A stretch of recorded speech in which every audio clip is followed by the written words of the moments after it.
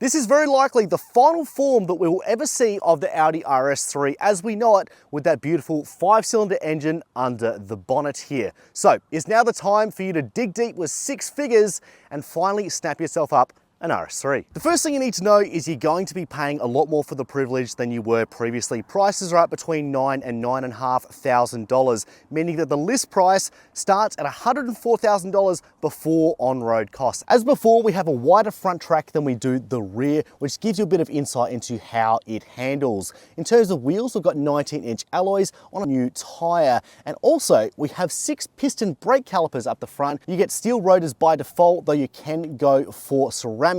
But at the same time, that is going to cost you an extra $10,000. But if you're doing a lot of track work, that's probably a good idea. There wasn't a whole lot that needed fixing with the RS3's interior. Ergonomically, it's pretty sound, though they have made some updates in a few different areas. We've got a new steering wheel design. It's got a flat top and a flat bottom. You do get some extra niceties, such as these buttons here to switch to your Audi RS and individual drive modes, which is very nice indeed. Though personally, I'm going to miss the scroll wheel that they had on this previously, as the haptic controls are just a little bit slippery, I find, to use. I have had a few accidental touches. There's also a new shifter design, which is very functional, but unfortunately still surrounded by easy to scratch gloss black material, and we don't like the cheap feeling hard door tops on the top of the driver's side and rear doors, which make it very uncomfortable to rest your arm on long drives. On the upside, there is some updated tech with some updated gauge cluster designs, which will be very helpful when you hit the track, and the front seats are very comfortable and highly adjustable. The current generation Audi RS3 was already a big leap forward for this model.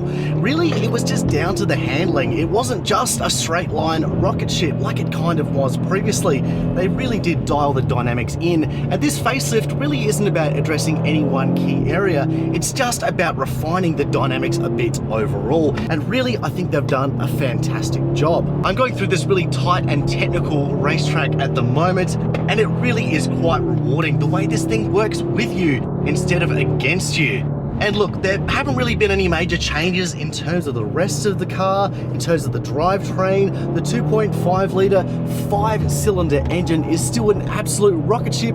They didn't really need to make it any faster. It's already the quickest hot hatch from 0 to 100 kilometers an hour, and in a straight line, it is incredible. And that sound, we're gonna miss it so much. The retuned adaptive suspension also proved to be impressively capable at dealing with some chewed up Victorian B roads. The only major downside is the excessive road noise inside the cabin. So that's a snapshot of our first impressions of the Audi RS3. If you want more, head to chasingcars.com.au for our full review.